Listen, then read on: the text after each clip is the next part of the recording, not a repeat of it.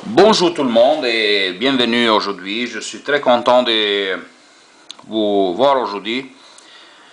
Et je vais tout d'abord aujourd'hui encore une fois me remercier pour venir visiter mon vidéo. Et aujourd'hui je vais parler du trésor de l'écriture sainte. Et ça m'a sauté l'idée parce que comme j'ai eu des messages, maintenant, non seulement j'ai énormément de visites, donc maintenant, non seulement que les témoins de Jéhovah, ils commençaient à m'écrire n'importe quoi, mais aussi d'autres personnes qui m'écrivent. Et tout d'abord, on m'a dit, maintenant, Ludovic, comme tu as quitté les témoins de Jéhovah, maintenant tu peux adorer le Christ, n'est-ce pas? Et je dis, sur quelle base tu adores le Christ? Il me dit, oui, regarde, sur la base de Hébreux 1.6. Alors, je commence ma série de trésors d'écriture avec Hébreux 1 et 6. Alors, qu'est-ce qu'il dit l'Hébreux 1 et 6? Laissons-nous voir. Alors, le trésor, il dit, mais quand Dieu a envoyé son Fils premier-né dans le monde, il a dit, tous les anges de Dieu doivent l'adorer. Alors, donc ici, là, mais quand Dieu a envoyé son Fils premier-né dans le monde, il a dit, tous les anges de Dieu doivent l'adorer. D'accord? Et il me dit, cette chose-là, c'est irréfutable, que tout le monde, ils doivent adorer le Christ. Je dis, d'accord. Je dis, je suis d'accord. Mais dis-moi un peu là, tu sais qu'est-ce que tu dis là? Oui, qu'il faut adorer. D'accord. Maintenant, je dis, regarde, il faut comprendre cette chose-là dans son contexte. Ici, par exemple, si on prend cette lettre hébreu, ici, on parle d'une importance du Fils, d'accord? Si on prend dans son contexte ici, Dieu a parlé par son Fils, d'accord? Il y a plein de choses qui disent avant, et après, on parle ici de cette partie qui s'adresse à son Fils. Il dit, le Fils de Dieu est plus important que les anges, d'accord? Après, il dit, le Fils est bien plus important que les anges. En effet, Dieu lui a donné un nom plus grand que leur nom des anges, d'accord? Il n'a jamais dit à un ange, tu es mon fils, d'accord? Aujourd'hui, moi, je suis devenu ton père, ok? Et il n'a jamais dit non plus à un ange, moi, je serai ton père, lui sera mon fils pour moi. Et puis, on arrive à ce fameux texte qu'ils aiment, les catholiques, ils aiment utiliser ça, et beaucoup de religions aussi. Il dit, mais quand Dieu a envoyé son Fils premier-né dans le monde, il a dit, tous les anges de Dieu doivent l'adorer. Maintenant, bien sûr, moi je dis, regarde, on regarde ici, on clique, et il dit, ça a été dit même avant pour les Juifs.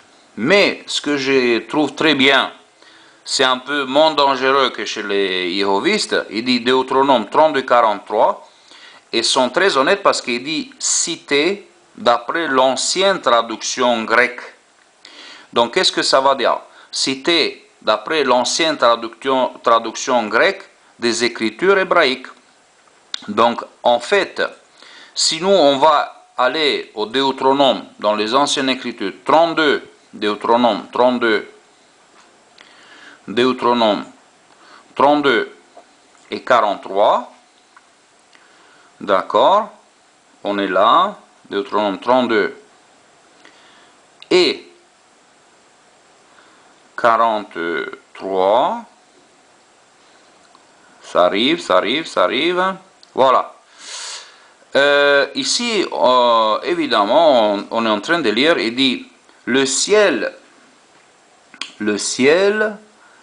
c'est-à-dire, ciel, réjouis-toi avec le Seigneur, que tous les habitants du ciel l'adorent.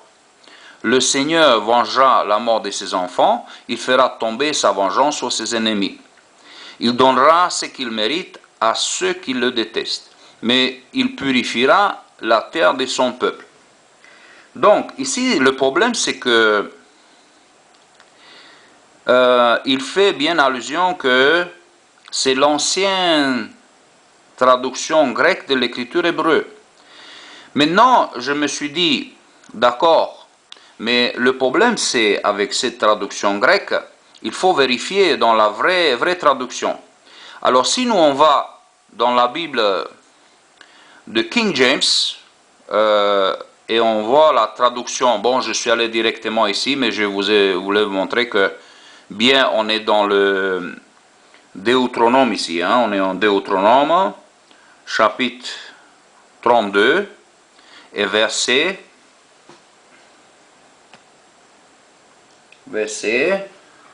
43, hein. Donc on va y aller, tac, tac, tac, tac, tac, tac, tac, tac. Et là on voit très bien que dans le 43, qu'est-ce qu'il est marqué? Alors, 43, il dit très bien que nation chantait les louanges de son peuple, car l'Éternel venge de ses adversaires, il fait l'expiation pour son pays, pour son peuple. Donc on voit ici que dans les traductions, dans l'ancienne traduction, il n'existe pas. Vous voyez ça? Dans les traductions hébreues, donc il n'existe pas. Hein? Donc dans le King James Version. Je suis en train de vérifier ici, là, attendez, voilà. Donc, cet mot qu'on a trouvé ici tout à l'heure, que tous les habitants du ciel l'adorent. Vous voyez, cette partie-là, ici, il était rajouté. Car dans les traductions King James Version, c'est le plus près, hein, c'est le plus près. Mais j'ai encore une petite chose pour vous. Vous allez voir qu'on va trouver nous. Et donc ici, on voit que tous les habitants du ciel l'adorent. Et ça, c'est les choses qui étaient rajoutées par l'Église catholique dans l'Ancien Testament. Car si maintenant, regardez, qu'est-ce que j'ai ici pour vous? J'ai le Tanakh, la Bible du rabbinat, d'accord? On va l'ouvrir, la Bible du rabbinat. Et on va y aller, vérifier ici, tac. On va vérifier donc la Bible du rabbinat, Tanakh, la Torah, Bible du rabbinat, attendez.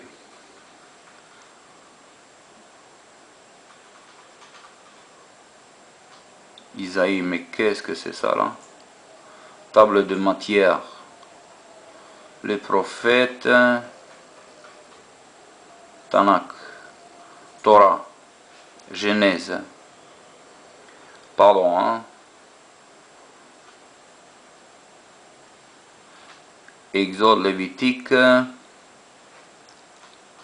Deutéronome, on a Deutéronome 32, enfin, on est arrivé, 32 et verset 43. 43, ben voilà, il est là. Donc, on voit, nation, féliciter son peuple, car Dieu venge les sangs de ses serviteurs, il exerce sa vindicte sur ses ennemis, réhabilite et sa terre et son peuple. Donc, comme on voit là, vous avez vu que, en fait, ces paroles qu'on a vues là, ici, dans le Hébreu 1 et 6, donc ça n'existe pas dans les vraies traductions. Ça, que tous les habitants du ciel l'adorent. Ok? Ça, on peut déjà l'enlever parce que ça n'a jamais existé. Maintenant, laissez-moi vous montrer quelque chose. En fait, maintenant, si adorer ou pas adorer, on va retourner sur Hébreu 1.6 pour voir qu'est-ce que signifie ça. Donc, je suis allé ici dans la Bible Hub. Si vous voyez, ça c'est une tool exceptionnelle. Et je vais aller ici dans le Hébreu. Vous allez voir, on va aller dans les Hébreux 1 et 6. Et on va vérifier qu'est-ce que c'est la traduction de cet Hébreu 1.6. Alors, quand on va dans les commentaires, on va voir, malheureusement c'est que en anglais, désolé, donc, il écrit, and again when we bring first begotten son, the word said, the angel of God worship him. Alors, vous me faites confiance, à la fin, worship signifie adorer. Donc voilà, comme je dis, the worship signifie adoration ici dans l'hébreu 1 et 6. Et ici, il faut comprendre cette lexicon-là. Et quand on prend cette lexicon, alors, on va vérifier un peu.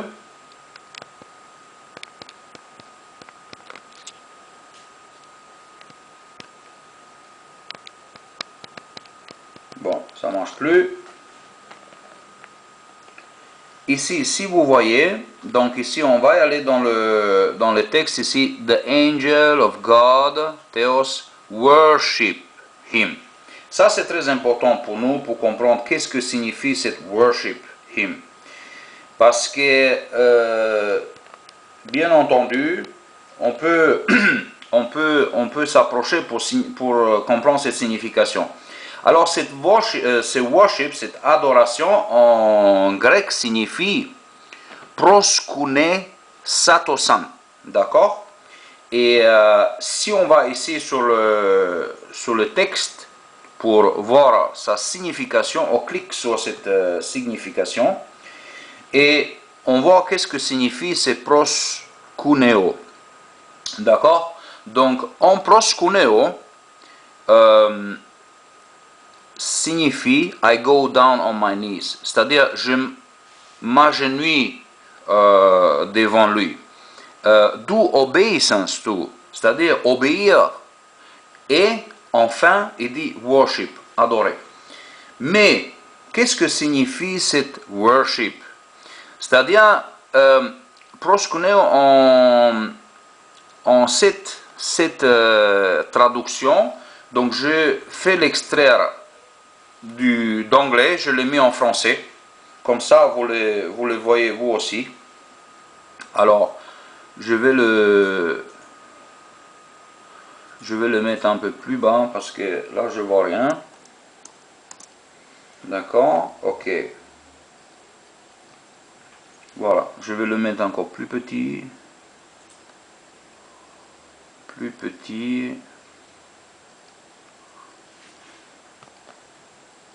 voilà, enfin on les a. Alors ici, si vous voulez,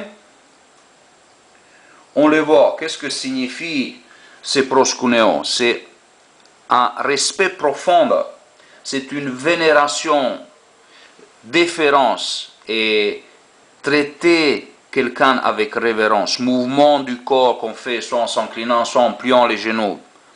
Voilà, respect profond mêlé de crainte, grande considération, révérence, etc. Et même le titre était utilisé pour donner aux religieuses avant les temps. Donc voilà, qu'est-ce que je voulais vous dire? Que cette traduction ici, là, vous voyez, donc cette proskuneo, si vous allez plus bas, si on vérifie ici un peu plus bas dans le livre, c'est que les scholars, c'est les scientifiques là ici des langues, ils disaient que on traduit correctement cette worship, c'est obéissance, c'est un grand respect, c'est un grand révérence. Et ici, il dit, traduit correctement, proprement, c'est embrasser en donnant cette révérence. Donc vous voyez comment ça change complètement tout le sens. Maintenant, je vous demande de vérifier encore cette chose-là ici, parce qu'il n'est pas différent de ce que le Christ il nous a enseigné dans les Écritures. Parce que si on voit cette révérence, c'est un respect, ce n'est pas une adoration comme on adore Dieu, c'est tout simplement une obéissance, un très grand respect pour montrer cet Hébreu 1 et 6.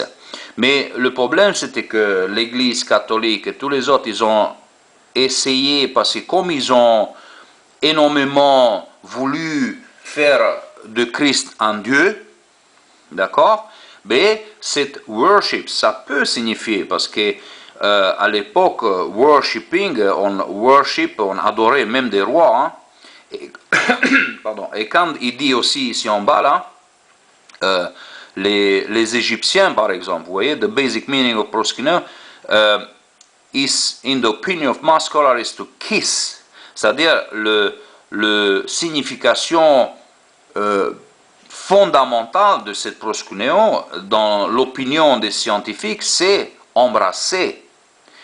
Dans l'Égyptien, il dit que ces adorateurs représentaient Austrechan, c'est-à-dire que il représentait les bras écartés pour embrasser. Par exemple, les pharisiens, ils avaient cette adoration. Même aujourd'hui, quand ils adorent, ils sont avec les bras ouverts en signification de embrasser. Ils embrassent leur divinité. Donc ça, c'est un embrassement dans le sens de révérence.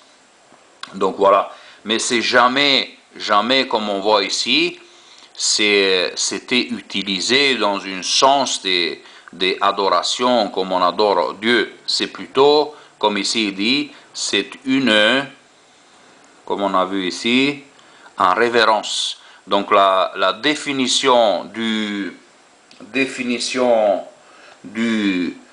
proskunesatosan ici, proskuneo, c'est donner une révérence. Donc une révérence. Et encore, je reviens en arrière, vérifiez encore une fois. Il dit, en révérence, c'est le respect profond, une vénération, une déférence, traiter quelqu'un avec révérence, et respect profond mêlé de crainte, grande considération.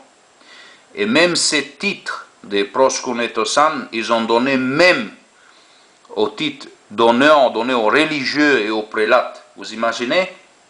Vieilli. C'est-à-dire que cette mot-là, proskunesatasan, il était donné même titre d'honneur donné aux religieux et aux prélates.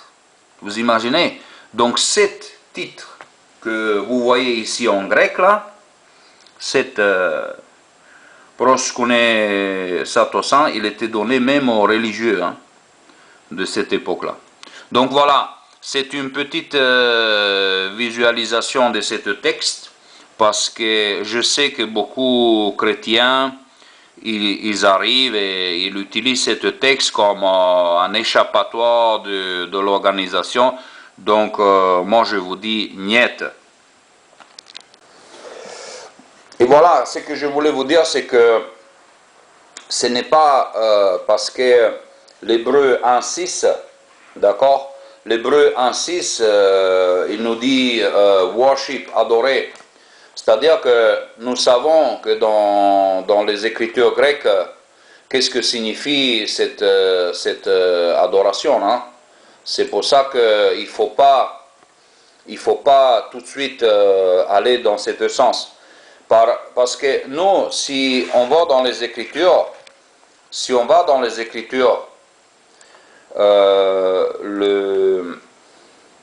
dans les Écritures de Matthieu, on va voir Matthieu 6.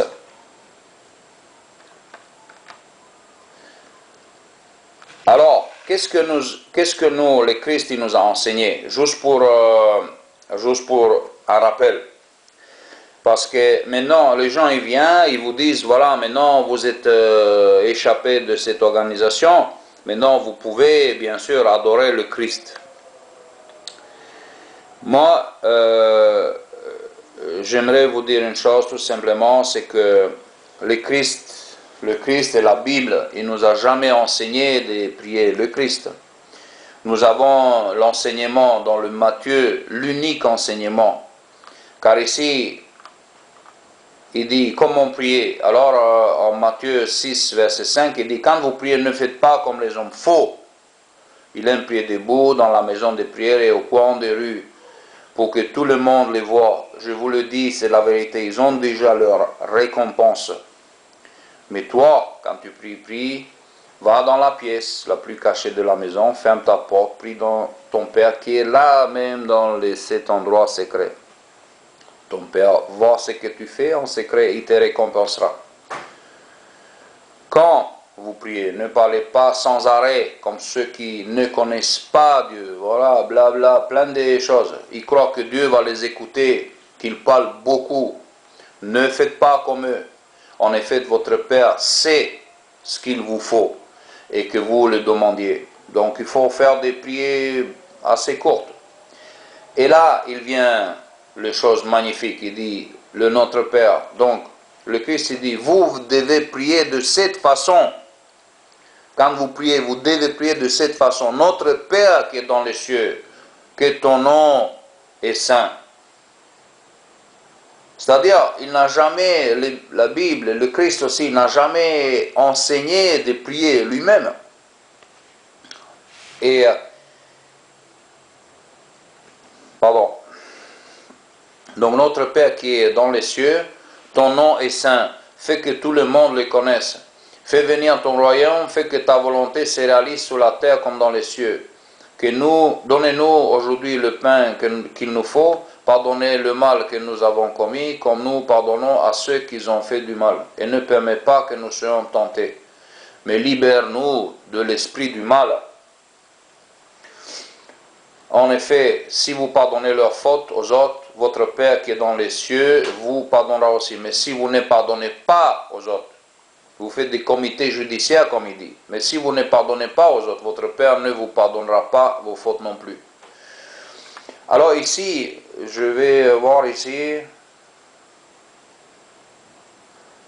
Voilà. Ce qu'ils doivent les gens comprendre, c'est que les Écritures saintes, il nous a jamais enseigné de prier le Christ. Même si dans la Bible, Étienne, qu'il a vu Jésus et son Père, il a dit, enlève-moi mon esprit, ça ne signifie pas que c'est une prière. C'est qu'on peut lui adresser, bien sûr, à Jésus, on dit, merci ton esprit qu'il habite. Bien sûr qu'il habite, Dieu habite avec son esprit en nous. Alors, si on lui dit merci que Jésus l'habite par son esprit, c'est pas, je veux dire, pas un problème. Mais les prières adressées au Christ, ce n'est pas biblique. Et lui-même, il n'a jamais enseigné, il n'a jamais dit aux disciples, à vous êtes obligés de m'adresser la parole à moi. Jamais dit ça. Les prières adressées au Christ, c'est un faux enseignement. Ce n'est pas un enseignement biblique. Ça, c'est un enseignement inventé par l'intelligence humaine. D'accord? Ce n'est pas un enseignement biblique. Ça, c'est eux qui prennent la charge. D'accord? Et toutes ces divinités qui sont en train de dire, oui, worship Christ, c'est niet. Ce n'est pas vrai ça. Parce qu'on a vu que cette worship ne représente pas worship. C'est une révérence. Ce n'est pas adoration comme on adore Dieu. D'accord? Donc voilà. Ça, c'est un petit trésor d'écriture pour que vous compreniez que maintenant, il y a d'autres religions aussi me contactent. Oui, merci, mais maintenant tu peux prier le Christ. Maintenant tu peux... Non. C'est pas parce que j'ai quitté les Jéhovistes, je vais commencer à adorer le Fils, l'Esprit Saint, le Lumière, le Satan, ou etc. Non. On ne va pas adorer autre chose. L'Écriture, il nous dit, le Christ, il nous a enseigné d'adresser la parole à seule personne, c'est au Père qu'on adresse la parole, pas au Fils. D'accord? Et même eux, il a montré dans sa vie que quand les gens ils se sont jetés, donner cette révérence comme au roi, qu'on embrasse même ses pieds, sa main, tout, et dit non, non, qu'est-ce que tu fais? Le seul qui est juste, c'est celui qui est au ciel. D'accord? Voilà. Merci d'avoir visité. J'espère de vous avoir ouvert un peu les yeux sur cette chose-là. Merci beaucoup. Au revoir.